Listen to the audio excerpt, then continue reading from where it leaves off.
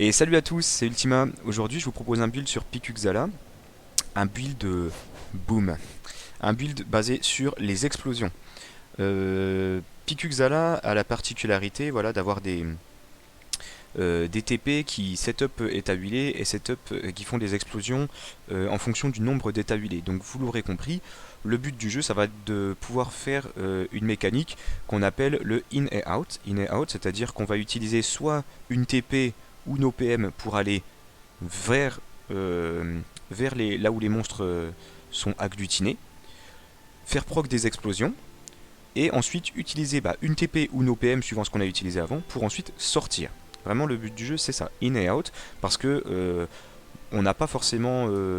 Enfin, on n'a pas d'outil de sustain du tout dans le deck, on n'a pas d'armure, on n'a pas de régénération. On invoque des compagnons assez souvent, mais sans pour autant que ça soit une source fiable pour prendre l'aggro. Donc on va vraiment chercher à préserver nos points de vie en sortant et du coup en ne prenant que un ou deux corps à corps à chaque tour et non pas 4. Voilà. Donc pour commencer, je vais vous parler des anneaux. Il y a des anneaux qui sont difficilement bougeables. Moi j'ai choisi donc de jouer avec l'anneau Rémal et l'anneau Ctan. Donc pour setup des états huilés facilement. On a des façons de setup l'état huilé dans le deck, on en a un, c'est la fuite huilée qui permet d'en setup plusieurs d'un coup, donc c'est vraiment très utile. Mais on a également la téléportation explosive qui permet d'en consommer plusieurs d'un coup. Alors, quand on arrive à faire une bonne téléportation explosive, la game est finie. On fait tellement de dégâts qu'on one-shot tout ce qu'il y a autour de nous. Mais il faut que le setup se présente, c'est pas tout le temps le cas, c'est pas tout le temps évident à mettre en place. Donc pour aider à apporter ces états huilés, on a deux choses. On a l'anneau Tello qui est discutable. Moi j'aime bien avoir ces deux états huilés sûr et certain en début de partie. Et on a l'anneau Octane. Parce que vous pouvez avoir le cas où vous pouvez pas sortir de compagnon avant le tour 2 ou 3, mettons. Et du coup, enfin, et puis après il faut un tour en plus pour qu'il meure pour proc l'anneau Octane. Et si la fuite huilée est au fond de votre deck, et pendant plusieurs tours, vous ne pouvez pas setup d'explosion. Donc c'est compliqué.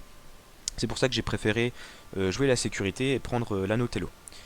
Donc la Noctane, j'en ai parlé. La normale, je vais en parler en dernier. D'abord le Boom Boom. Le Boom Boom, on n'a que des compagnons de type feu, donc ces PA en réserve seront les bienvenus quand on voudra faire plusieurs spells à gros coups dans le même tour. En plus, il fait de stats excellentes, 40% de magie feu, 20% aux explosions, 40% de vitalité de héros. C'est important. Tous nos anneaux font de la vitalité de héros et deux d'entre eux font 40% de vitalité de héros. Ce qui fait qu'au final, notre Pikuxala a un body carrément correct. Carrément correct, et sachant qu'en plus on joue du in et out, donc même si on n'a pas de sustain, on est solide. Voilà, on est solide. Voilà, et enfin la normale qui est parfait dans le deck puisque la quasi-totalité de nos explosions vont se faire en proquant l'état huilé. Et vu qu'on va le proc tout le temps, notre prochain spell et nos prochaines explosions seront buff par la normale. Donc vraiment, il les synergise parfaitement avec le deck. Au niveau du brassard, ça aussi, voilà, ça va synergiser avec la normale. On a pris le brassard qui proc l'explosion. On aurait pu jouer avec le brassard bouclier pour plus de tenue.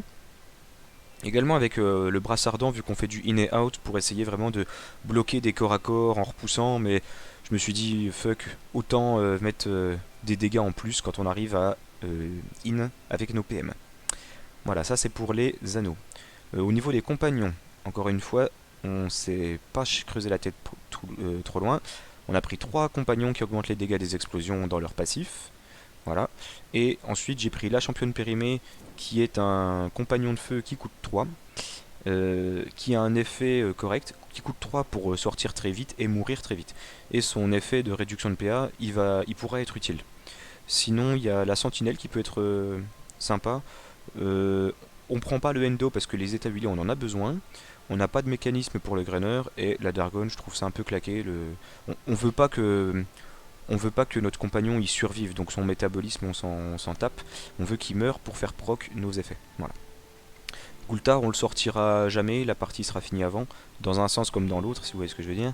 Donc on sortira championne, chuchette quasi à chaque fois, le skull éventuellement, et Gultar jamais. Alors, au niveau des spells, donc, les incontournables, ce sont évidemment les deux là, d'accord? Le Brandon qui permet un setup d'explosion supplémentaire, à distance, en plus, enfin à distance, il faut que vous soyez au corps à corps, mais la cible huilée peut être à distance, donc ça c'est sympa. Les deux spells à 2 qui permettent de nous TP, ils ont plusieurs utilités. Ça peut être quand vous voulez, quand je disais voilà le principe de in et out, ça peut être consommer votre réserve avec les 2 PA supplémentaires juste pour vous mettre à l'abri de corps à corps. Ça peut être faisable. Si dans un tour vous jouez la téléportation explosive, vous pouvez consommer votre réserve, faire les deux là dans la foulée et hop, être assez loin. La brûlure temporelle qui rentre simplement voilà, dans nos jauges, ça permet de piocher aussi.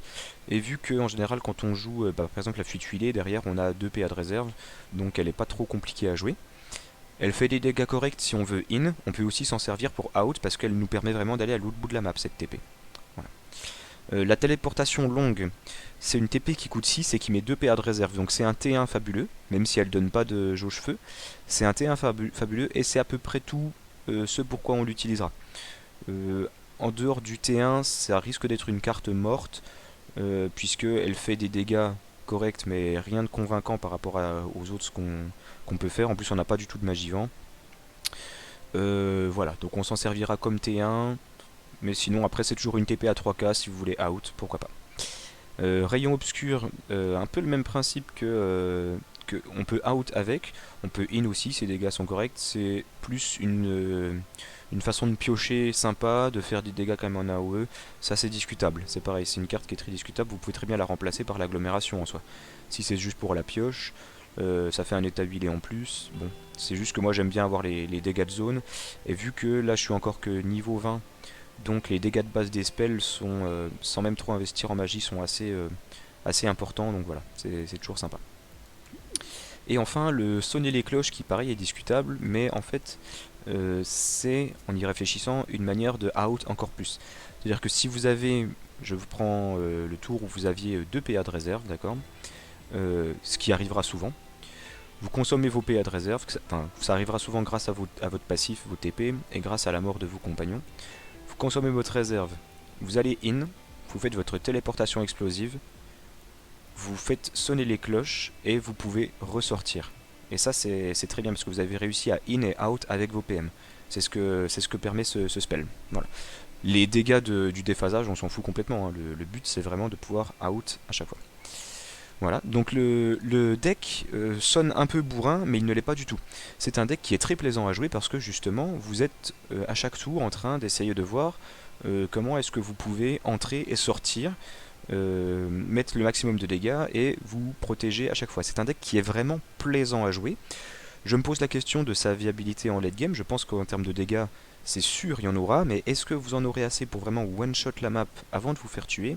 Je rappelle qu'avec toute la vitalité de héros qu'on a sur nos anneaux, j'étais en train de vérifier, on n'en a pas sur le brassard, mais avec toute la vitalité qu'on a sur nos anneaux, on aura un body qui sera correct. Donc c'est un perso que je vais voir ce qu'il me reste à faire sur la fin de l'alpha, mais c'est un perso que j'ai vraiment envie d'aller en late game avec, et surtout avec ce build, avec le build sur les explosions. Voilà, je suis assez curieux.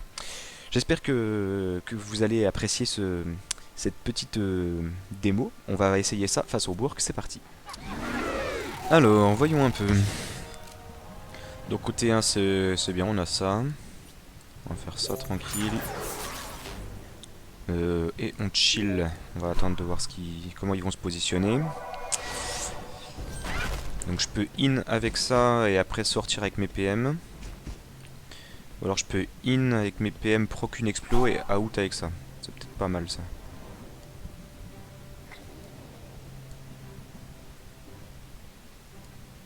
Ouais, je vais faire ça, hop, petite explosion. Donc l'explosion qui trigger mon ring, donc là mes dégâts sont boostés. Je peux out comme ça. Hop, on met huilé sur tout le monde, ça nous sera utile. Et on se barre. Alors lui il peut me taper, mais c'est le seul. Voilà. Donc là j'ai 5 huilés. Je vais essayer de setup ça le prochain tour. Si j'arrive à placer une bonne explosion, derrière je peux rejouer et me barrer. Donc là, ok, là je peux avoir un setup qui est cool. Puisque Ouais, ça peut être drôle là. Là, ça peut faire beaucoup de dégâts. Première explosion. Je setup l'état huilé. Je setup l'anneau huilé. Ah non, ça l'a pas compté. Ah non, parce que, oui. Faut faire attention quand vous prenez un anneau qui déclenche un effet sur un état élémentaire et que vous jouez comme moi c'est le cas avec les anneaux qui donnent les bonus quand vous consommez les états. Si vous tuez le monstre, ça ne proc pas. Voilà, ça c'est un peu embêtant. Mais c'est le cas. Alors là, je devrais proc 3 explosions, donc ça va tuer 2 sur les 3. C'est parti. Hop, un mort. Une explosion, 2 explosions, 3 explosions. Et hop, là on vient de clean tout ça. Et alors on n'est pas en danger, mais mettons qu'on soit en danger. Hop. Appelle-moi la On se casse. Voilà, vraiment in, out, in, out. Je peux pas que jouer grand chose le prochain tour, mais je m'en fous, je viens de faire un tour de folie. Donc je suis pas mécontent d'avoir cramé ma réserve. On va in, et on va pas out, puisqu'il n'y a plus grand monde. Consommer d'explosion. Ok. Ok, elle devrait mourir au prochain tour. Je peux... Ah, elle va setup un état huilé pour le Brandon, magnifique. Ou même une TP si je veux. Je vais préférer le Brandon. Là j'ai 2 huilés. Donc je peux faire... peut-être plutôt comme ça. Un huilé. Une explosion. Deuxième explosion. Voilà, parfait. Alors ils survivent à rien. Mais j'ai fait énormément de dégâts. Et vu qu'il me reste des PV, je cherche pas à out, c'est pas tout. C'est dommage, j'ai pas utilisé les spells là parce que, bon là vous voyez, là par exemple sur le tour d'avant j'ai consommé l'huilé. Donc là regardez les dégâts des TP. Hein. Ils font 156 de dégâts. Donc c'est vraiment des spells qui font énormément de dégâts. Donc le combat elle est assez vite parce qu'on fait beaucoup de dégâts de zone. Vous avez vu que le principe donc c'est vraiment de in-out, pas prendre de risque parce que quand on est face au work, se prendre 4 corps à corps, et bah ça nous, enfin, on prend énormément cher. Donc là voilà, on n'a pas hésité. Enfin, quand on est allé in pour y rester, c'est parce qu'on savait qu'on allait faire proc 3 explosions plus les dégâts de l'ATP. Et encore derrière, j'ai fait le choix de consommer le déphasage, enfin de consommer les réserves pour faire le déphasage et me barrer, alors que j'étais pas du tout en danger. J'aurais pu garder les PA de réserve pour continuer à pouvoir jouer des TP. C'était juste pour vraiment vous montrer la capacité du deck à pouvoir in-out comme ça. C'est une forme de kiting en soi. Donc le deck est vraiment puissant pour ça, de par ses gros dégâts AOE et son playstyle qui est vraiment plaisant, parce que c'est pas un, même si on est sur beaucoup d'explosions, c'est pas du tout un deck bourrin, c'est un deck qui est très réfléchi. Donc voilà, j'espère que ce build vous a plu, que la vidéo vous a plu. N'hésitez pas à laisser un j'aime, un petit commentaire, et à me suivre sur Twitch. À bientôt pour une prochaine vidéo, à plus.